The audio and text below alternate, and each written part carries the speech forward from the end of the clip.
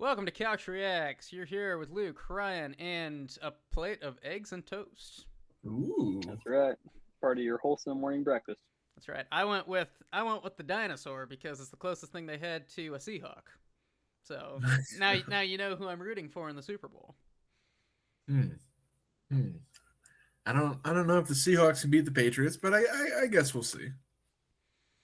All right, so we are going to react to the two conference championship games, and we're going to talk about a little bit of NFL news that came through because we're not doing a real episode this week since it's the bye week for the Super Bowl and the Pro Bowl, where superstars like Shedeur Sanders are going to get to take the center stage in a flag football game. You guys stoked about Shedeur Sanders? It, Well, it, I'll go ahead, Ryan. is he one of the selected guys? I mean, that's. I wasn't all hyped about it, but I guess I can get someone hyped if they don't have the best of the best there. Uh, I don't really understand it. He's the alternate for Drake May, so I'm guessing Joe Burrow, Lamar Jackson, Aaron Rodgers, Trevor Lawrence all said no, but I still think Cam Ward should have gotten in instead of Shedeur, just on a stats basis. But whatever, it is what it is. So let's jump into the AFC Championship. This was the first game that happened on Sunday. Patriots won 10-7. Most boring AFC Championship game I think I've ever had to watch. How did you guys feel about it? I think that the Patriots have had the world's easiest trip to the Super Bowl. Honestly, honestly, when you look at their competition, they had they faced the Chargers without an offensive line, and then they faced the Texans without a quarterback, and CJ Stroud was playing. And then they placed the Broncos without a quarterback in the snow. Like, I've never seen an easier path to the Super Bowl. Honestly, have you guys? No, I mean that's what I said last week when we had Cole on. I said that pretty much the exact same thing. I think they've had a cakewalk of a season, and they've also had a cakewalk of. And okay, I am so sick of hearing the people say, "But they faced faced top five defenses in the playoffs." Yeah, and they faced like some of the worst offenses in the playoffs. While also having a top five defense themselves. Right. Also, they didn't score any points against the top defenses. They barely scored any points. I don't know. I'm not a Patriot hater. I think they're a pretty good team. Do I think they're the best team in the AFC? No, not even close. Yeah. I mean, that's the thing. I think Hashtag this. I think the Seahawks are probably they're definitely one of the top contenders in the NFC, probably the best. They got the bye for a reason. But yeah, the Patriots are. I wish the Bills were here. I would take the Broncos with Bo next just because I want to see a good game. Just say it, Luke. You wish the Bengals were here. We all do. I know. I mean, that is true. We all want to see a team with no defense and a great offense play. I mean, that's what I want to see. Let's get into the stats. Drake May 10 for 21 for 86 yards. Jarrett Stidham 17 for 31 for 133 yards. One touchdown, one horrible interception. Ramondre Stevenson had 25 carries for 71 yards. RJ Harvey had 13 carries for 37 yards. Mac Hollins had 2 receptions for 51 yards.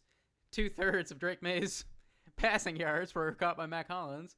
And then Marvin Mims had 4 receptions for 62 yards. So, I mean, we knew this game was going to be boring, right, Ryan? Which is why we posted that short and then instantly had people trying to claim we were Bills fans or whatever. And it's like, no, we're not Bills fans. We just wanted to see a good AFC Championship, and instead we had to watch that horribleness. Right. Like, we speculated. I'm pretty sure we took the under on this game for sure, but that it was going to be a low-scoring game because of defense and quarterback play. But I don't think either of us saw 10-7. I mean, that is really, really low from what at least I thought it would be. But I didn't watch the whole game, but looking back at some of the highlights, the Patriots have some real concerns at QB with Drake May playing terrible these past couple of games.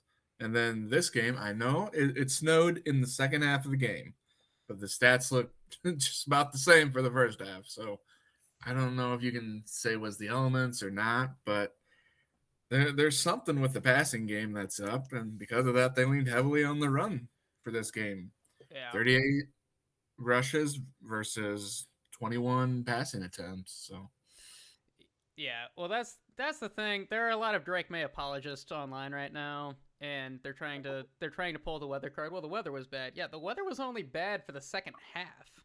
The first half, how do you explain the first half? They're not moving the ball, and don't you dare tell me, oh well, they scored a touchdown. They scored a touchdown because Jarrett Stidham gave them the he handed it to the defense, and it should have been a defensive touchdown, but because of a stupid ref whistle, Patriots got the ball at the 10. So.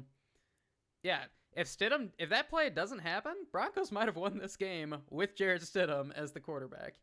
And honestly, I'm not sure it would have been a worse Super Bowl. Here's the thing. Stidham didn't look too bad. If he would have had a full game to start before this game, I think they would have won this game too. Because looking at the highlights, he looked like a rookie QB that didn't know what to do with the ball. Like the pocket would collapse. He couldn't run out. He couldn't throw it away. Thankfully, you would tuck the ball, so he's not fumbling it most of the time.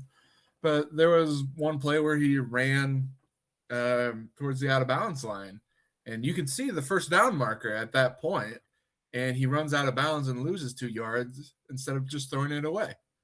So it's the simple mistakes that you would see from a quarterback that doesn't play that often. Probably would have been rectified here if he had at least one more game to prep for this. Yeah.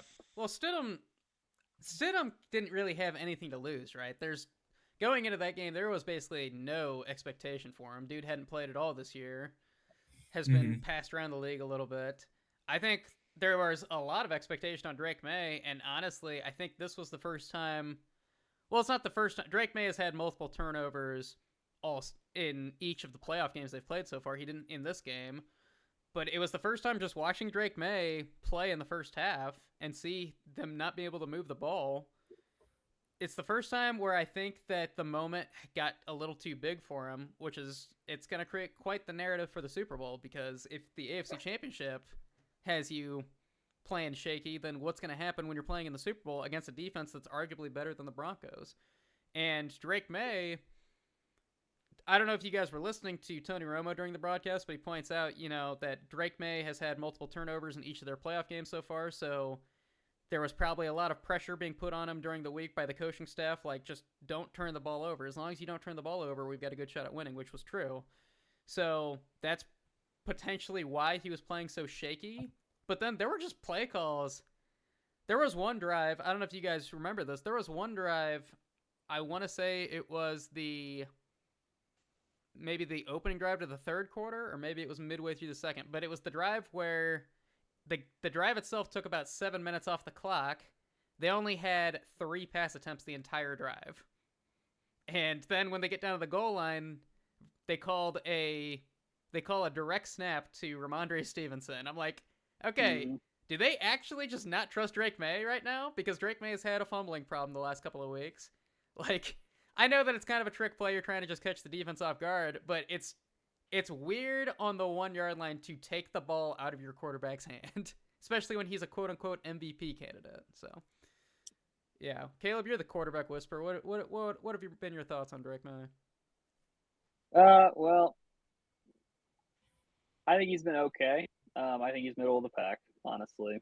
He hasn't been bad. He's been relatively accurate for the season. I think he's played much worse in the playoffs, but I think part of that is, I just talked about he had he's had probably the easiest playoff schedule I've ever seen to a Super Bowl. I think it's just the stars aligned for him this year for the Patriots to get to the Super Bowl. God loves the Patriots, I've heard that. Yeah, but I will say his competition in the regular season was much worse. There's been a lot made about his schedule was the easiest since like 1990 of any quarterback. So I don't know. He was okay. I will say, somewhat hot take. I did watch the whole game. That's the hot take. No, I did watch the whole. You're a braver man than me. No, I watched it too. I did watch the whole game, and I actually think the Broncos would have won if the weather had held off, because I think Stidham was throwing better than Drake May in the first half. Yeah, well, if Stidham doesn't have the backwards pass that ends up in the defense's hand, like I said, I think Broncos are winning that game. I think they would have, and they're kind of lucky that the weather popped up the way it did. So, yeah, I don't know. I have a lot of thoughts on Darnold, but yeah, Drake May. I'm curious, that draft class. Where do you guys rank the quarterbacks if you were picking today? Last year's, first. Well, yeah, last year's, right? I still think Caleb Williams goes number 1. I keep saying online we're now redrafting the 2024 draft class. Number 1, Drake May. Number 2, Caleb Williams. Number 3, whoever. And I was like, okay, people need to stop doing this. Just last year they were doing, we're redrafting the 2024 draft class. Number 1, Jaden Daniels, bar none. No one's ever going to be better than Jaden Daniels. Oh boy. People have got to stop with this stuff. These guys are in the very beginning of their careers. You can't define their career after 1 season or 2 seasons or even 3 seasons. Look at Sam Darnold. Look at Baker Mayfield, So, yeah, people have got to stop doing that stuff. I did see a lot of Bears fans defending Caleb Williams on those types of posts where it was like, yep, the Bears take Drake May number 1. And they're like, nah, we're happy with Caleb. And we are happy with Caleb because Drake May looks really good, but he's also on a team with a much better defense, whereas Caleb Williams, I feel like, had to actually keep his team in the games by just the offense. Because we're Bears fans, right? We had to watch many of Bears games where it's like, oh man, we had to watch the 49ers game, right? And it's like, oh man, if the Bears offense can't stay ahead of the 49ers, we're going to be in trouble because we knew the defense wasn't going to get a stop. Yeah. Drake May doesn't have to worry about that. Yeah, I will say one funny thing about that. I did see somebody post, anybody who's giving Caleb Williams any flack this year, no disrespect to Tyson Bagent, but we don't win half the games with Tyson Bagent this year. We won them because of Caleb Williams. Yeah. Yep, I agree with that. Ryan, what do you say about the quarterbacks? Who would you draft first overall in that draft class? I know who I'm drafting last, and that'd be JJ McCarthy. You could argue Penix there, but in terms of, for the QBs that have been set, I kind of lean Drake May just because his regular season stats were phenomenal. And he improved, unlike Jaden Daniels, who regressed or got injured or whatever. I still just think it's too early to tell. But since it's too early to tell, that's why I still go Caleb Williams, because Caleb Williams he's got the arm talent and he's got all of the skills that are not coachable. Whereas Drake May, with a good coach, has become like a really solid QB. But at the same time, he's on a good team with a good defense and yeah, they had to play some really bad defenses in the regular season. So okay. I think you've had your time to talk. I think you know what you think. I think it's too early to say anything, to be honest. But yes, if you're going off of a draft, like your players go first, they don't go first overall off of what they're doing currently. They're going first overall because teams think that they possess a talent that could lead to them becoming a Mahomes-like player. And that's still Caleb Williams in this draft class. It's not Drake May. Drake May will never be like a Patrick Mahomes. Are we clipping that bite? Sure. Okay. So here's what I think. I think, and this is the right opinion, by the way. Oh. Well, that's good. We have you. Why didn't you speak up sooner? I just wanted to hear you guys say the wrong things and make fools of yourself first. I would take Caleb Williams first overall, and then I would take Drake May second. It's pretty close. Yeah, that's right. Yeah, it's really just on the name basis. We're on a first name basis, me and him. That's a great joke. Yeah, splice in laughter there, Luke. No. So I would take Caleb Williams first overall, and the reason for that is because Drake May is great while he's on a rookie contract because he has a great supporting cast around him. Not to say he won't be a great player, not to say that he won't be very accurate. He kind of reminds me of Tom Brady with the way he runs his offense. You know, I could see him being pretty like good and being good for a long time. That being said, eventually these quarterbacks are going to be off their rookie contracts, and then you really need them to be a generational talent if you're actually going to be able to go anywhere. And look at teams like Buffalo. Buffalo without Josh Allen is a really bad team. They're a bottom half team without Josh Allen. The honestly, the Chiefs are a bottom half team without Patrick Mahomes right now. I would also say the Bengals are a bottom half team without Joe Burrow, but they rarely have Joe Burrow, so maybe they're just a bottom half team. But in general, I think that that's the thing about it. These at a certain point, you need your quarterback to be a generational talent, or you need them to take less money. I could definitely see Drake May taking less money, but if he doesn't take less money, I do not think he's going to have the same return as like Caleb Williams, if Caleb Williams can get his accuracy under control. Right. Yeah, the accuracy is definitely a problem. Drake May in the regular season, we know what he did, right? 4,400 yards, 72% completion, 31 touchdowns, and 8 interceptions. But then in the playoffs,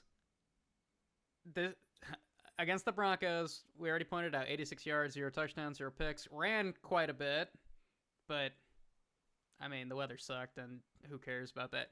Drake May is he is not a good QB to have to play defensively when it comes to spying, because you're never going to put a spy on Drake May, but he's sneakily athletic, and he can take off for 80 yards on you. I think he's had multiple games where he's had more than 60 rushing yards now. I think he's very similar to Brock Purdy, I would say. Same way. You don't put a spy on Purdy, but he's pretty fast and he's sneakily athletic. Yeah. But then going against these last 3 defenses and, playing good teams in the playoffs, 58% completion percentage, 59% completion percentage, 47% completion percentage. And then multiple turnovers against the Texans, multiple turnovers against the Chargers, and then played it really safe with the Broncos. So I just don't know. I haven't seen enough. Like, yes, he was great in the regular season. They also played a really cakewalk of a schedule. So I don't have enough data to definitively be like, yeah, Drake May should have gone first overall in that draft. And it's funny how fan bases are biased, right? Like, obviously we're going to be biased, right? Because we're Bears fans. But what's funny is, like, I jump on like Twitter, and the only people talking about Jaden Daniels anymore are Commanders fans. And that's not the same as it was last year. Last year everyone was like, yeah, Bears are so stupid, they could have had Jaden Daniels. And now I go to Twitter, and the only stuff I see about Jaden Daniels is people putting up Jaden Daniels' playoff stats versus like Caleb Williams. They're like, I think it's fair to say who's the better QB. And then you look at the profile picture, and it's a Commanders logo. It's like, okay, so every team has their own little bias. I will say one thing that I do wholeheartedly agree with, and I'm saying this from multiple fan bases. I saw the Packers put this up about Jordan Love. I saw Bears fans put it up about Caleb Williams. I've seen every team put this up. Any team where the QB has been part of some type of controversy, and it's looking at Drake May's stat line from this last game, and looking at the fact that he has not caught a lot of flack for it. There are many, like, Packers, Bears fans, whoever, saying if Jordan Love or if Caleb Williams had this stat line, they would never hear the end of it. And I do think that's true. I think the Patriots are such a good team right now that they don't have a lot of critics, to be honest. Like, when it comes to actual analysts. They have critics online, but they don't have, like, critics on ESPN calling them out for, whatever, easy schedule or whatnot. But yeah, if Caleb Williams ends 10 for 21 for 86 yards, like, yeah, we're gonna have to see. We would have to see a whole lot of bust post. Yep, I knew it. I knew he was a bust. So yeah, we'll see. We'll see what happens. He's a bust. Plus, the Bears were frauds. That's right. Yeah. Well, don't you know, Caleb? The Bears are frauds because they lost in the divisional. That's what I saw a lot of that. So. No, I didn't know that. Yeah. Okay. last thing I want to talk about on this game is early on in the game, the Broncos had the opportunity to kick a field goal, and it was 4th and 1. Instead, they went for it, didn't get it. Obviously, game ended 10-7, so 3-point game there. What's your guys' opinion on that? Do you think it's a good call, or should NFL coaches chillax when it comes to points being at a premium?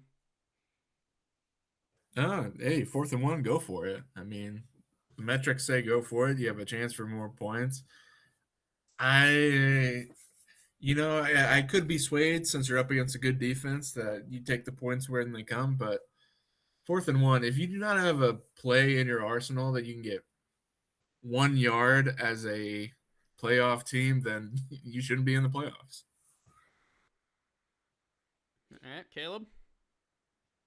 Yeah, I mean, I would have taken the points, but because I looked at the weather.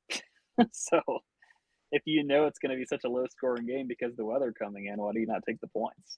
I think Ryan's right. It's situational. Maybe if you're in a dome or some situation where it's not going to be a 10-7 game. But yeah, I would say I think these coaches going for everything on 4th down is getting out of hand. And I thought the same thing about Ben As a Johnson, Bears fan, so. You might be a little too close to the situation, but Yeah, I'm kind of, like I said though, I'm not really here for it. I'll put it that way. So yeah, I think for me, I think it just depends on. I think it depends on the defense you're playing, and then I actually think that it depends quite a bit because 4th and 1, most of the time you're gonna run on it. I think it really depends on your O-line play. If you've got Detroit were the ones that kind of started this whole trend, right? And at the time, they had the number one rushing offense. They had the number 1 run blocking offensive line, and they could do it. That 4th and 1, 4th and 2, 4th and 3, they could rush for it all day long.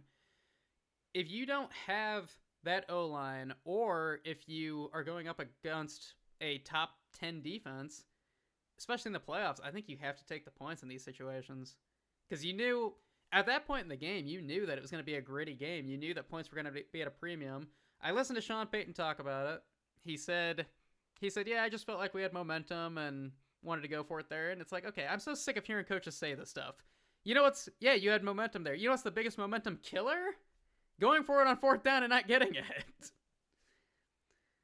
So, yeah, from that point forward, I think the Broncos doomed themselves because all of a sudden, that was the last time their offense produced anything. So, yeah. It is what it is. Patriots move on. So let's go to the next game. All right, so this game at least held up. That was something I tweeted out. I said at least the NFC is representing. Got the Rams 27, the Seahawks 31. Very entertaining game after having to sit through the AFC Championship. Both QBs killed it. Stafford 22 for 35, 374 yards, 3 touchdowns. Sam Darnold 25-36, 346 yards, 3 touchdowns. Blake Corum was the leading rusher for the Rams, 9 carries for 55 yards. Kenneth Walker, 19 carries for 62 yards and a touchdown. Rams' run defense actually was playing pretty solid there at the end. And then Puka Nacua, 9 receptions for 165 yards and a touchdown. JSN, 10 receptions, 153 yards and a touchdown. Almost identical fantasy points for you DFS players out there. So, yeah, I mean, Ryan, what you were watching this game with me, so what jumped off the page for you there? There were a lot of points scored. No, I don't know if you could call it good football because the Seahawks were the number 1 defense and they got 27 points scored on them, but the Rams were the number 1 offense. So it was like, what's better, an unstoppable force or an immovable object? Was kind of the mantra going into this game. And I don't know. It was more of an offensive game than I thought it'd be. I didn't think they'd smash the over. Thought they'd hit it, but this was at least a fun game to watch. I don't know. They relied on Stafford to pass the ball, which he did great. I mean, 3 touchdowns. Could have had a couple more passes completed, but their running game wasn't bad either. So I probably could have seen a little bit more running from the Rams in this, while the Seahawks just keep passing the ball. You got JSN there. I mean, he'll sneak into the middle of coverage and you just throwing the ball right there. So Yeah. So when it comes to running backs getting carries, the Seahawks had 22 rush attempts. The Rams had 19. mm-hmm. So kind of a balanced game, to be honest. Caleb, Darnold got sacked 3 times, Stafford got sacked once, so Seahawks defense was not getting to Stafford. I think that was one of their biggest problems. So Caleb, what jumped out to you on this one? Honestly, the biggest thing for me was Darnold's maturity, because so as you said, he got sacked 3 times, and you know what he did every sack? He just fell over, and I mean one of them was a botched snap, right? And he had to jump on the ball, Right. Yeah. but he just fell over. He didn't try to force it. He didn't try to like tuck it and run or anything else. He just fell over, and he was like, live to fight another day. And that's the maturity I'm talking about, man. That's the big difference between him this year and last year. I don't remember if I said picks or turnovers, but I had said, if he gets less than 3 turnovers, then they're going to win the Super Bowl in these playoff runs. I think he's under that, right? I don't think he's had any turnovers. Yeah, he's at 0. I'm pretty sure. You are correct. Yeah, you were correct about that, and that was always the thing with Darnold, right? Like last season, like he was a fine QB last season. Obviously, got 14 wins with the Vikings, but he had some really boneheaded turnovers, and it was a little bit like that in the regular season. But in the playoffs, like I think he understands what the Seahawks are. He understands that they've got a really good defense. He understands that he's got a safety blanket in JSN. I'm glad to see Rashid Shaheed start to get a little bit more involved on offense. He only had 1 reception, but it was a huge one. And obviously they scripted that play because that was the second or third play from offense for them. So, yeah. I mean, I think I told Ryan last night, like I'm pulling for the Seahawks I was pulling for them to win last night, and I'm pulling for them to win the Super Bowl, and it's because like I have no dog in the fight now, but I appreciate a good storyline, and Sam Darnold is a good storyline. Whereas there's not that many good storylines with the Rams. The Rams won a Super Bowl a couple years ago. Matthew Stafford got his Super Bowl, so I like the Sam Darnold storyline. And what's funny? I was looking into it last night. Sam Darnold, it feels like he's been in the league forever, right? Mm-hmm. He's 28. Yeah, it's pretty nuts. So I forgot he was one of the youngest drafted quarterbacks in NFL history. He was 20 when he was drafted by the Jets. He's been in the league for 8 seasons. He's played for 5 different franchises now. So, yeah, it's funny because like I thought, I looked him up last night thinking probably 30, 31. I couldn't believe he was still in his 20s. But, yeah, it's pretty nuts. I will say, it's funny because it's not even like he was playing safe. Like he threw for over 300 yards yesterday. He was whipping it down the field, right? It's not even like he played safe. He just didn't make dumb decisions. He didn't make, he threw the ball away a few times and he took sacks and just hit the deck. And look, if he's not turning over the ball, like you think about it, the difference in that game is that muffed punt. That was the difference. Mm-hmm. Once they got that muffed punt, they couldn't come back. And that's because they were going score for score, Yeah. Well, I will say, so the muff punt was a big one, right? But I also would say the Seahawks gave it right back to them with that stupid taunting penalty that then led to a touchdown on the very next play. And that was ridiculous. Like, how can you do that, man? Well, I gave you the analogy. No, it doesn't work, Ryan. You're playing backyard football. No, when a trip to the Super Bowl is on the line, you have to be more composed than that. Okay, it was a very good analogy, but hey, it's fine. Yeah, we can move on. No, both teams made mistakes. The muff punt thing was bad. So the Rams, I don't know how you can stick with a 1 punt returner. So he muffs the first punt, but he gets on top of it, and then he muffs the second one that loses it, and that's when they benched him. I don't know, man. When the chips are down like that, when it's a trip to the Super Bowl on the line. If I see my punt returner muff 1 punt, even if he gets back on it, I'm probably pulling him. Caleb, you remember with the Bears a couple years ago, Velus Jones, their punt returner? Dude would muff a punt like once a week, and they just kept putting him back out there. It was the most infuriating thing to watch as a fan. So, yeah, I mean, you're right though. That was a game changer, but the tonic penalty was also a game changer because the Seahawks were up 2 scores at that point, and then the Rams brought it to a 1-score game. I will say, with these QBs, you guys want to know what's one thing they do that's very important between Stafford and Sam Darnold? It's they know how to get it to their best player. Yes, that is true. JSN had 12 targets. Puka Nacua had 14 targets. Yeah, do that more. I mean, it's what as fantasy players we love that, right? We love it. If you have Puka, if you have JSN, you love that kind of stuff. But at the same time, look what happens. Both QBs passed for 350 yards. Both QBs had multiple touchdowns. Both QBs had good completion percentage. I don't understand. Where was it Arthur Smith just went to? He went back to college, right? Went to, like, Ohio State, yeah. Yeah, Arthur Smith, he was the offensive coordinator that was always whined about because he would intentionally like script plays that go away from the superstar offensive players. Yeah, all the Bijan owners hated him. Right, rightfully so.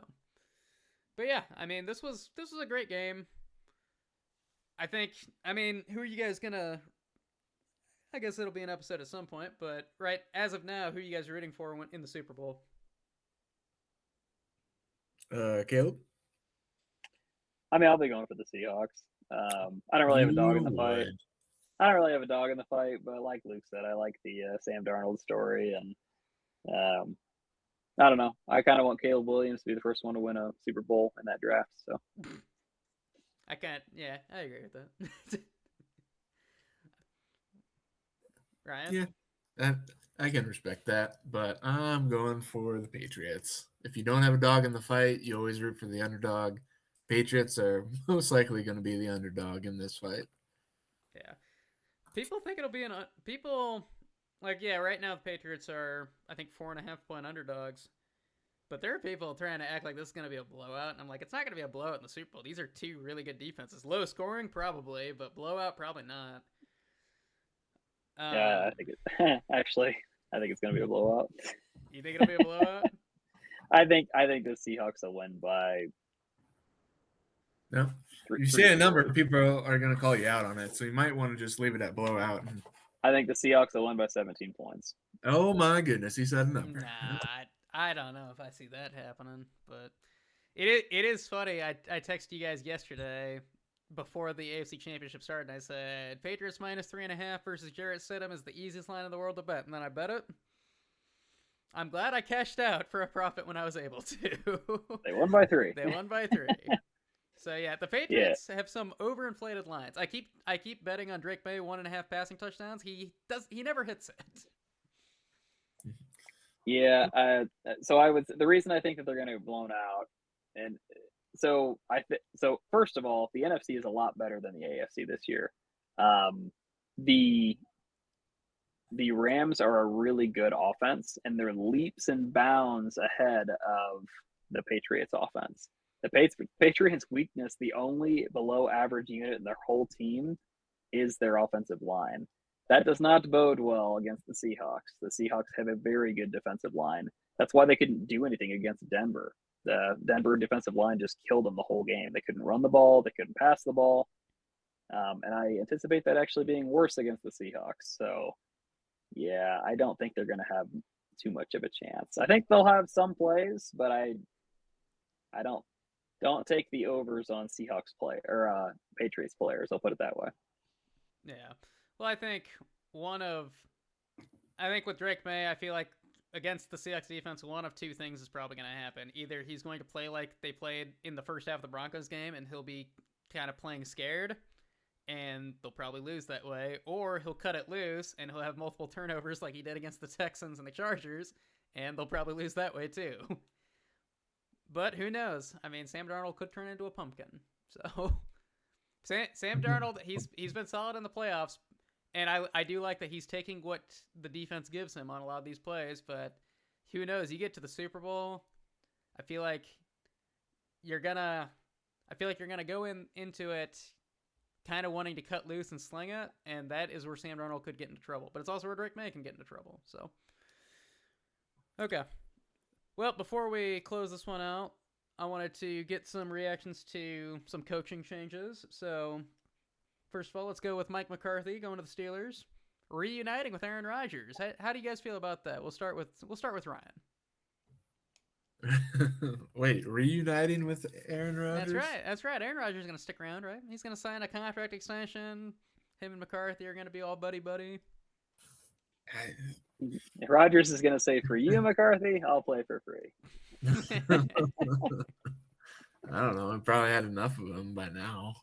But I don't really feel much either way. I think the Steelers have more problems than just getting another coach, so I really don't feel anything either way.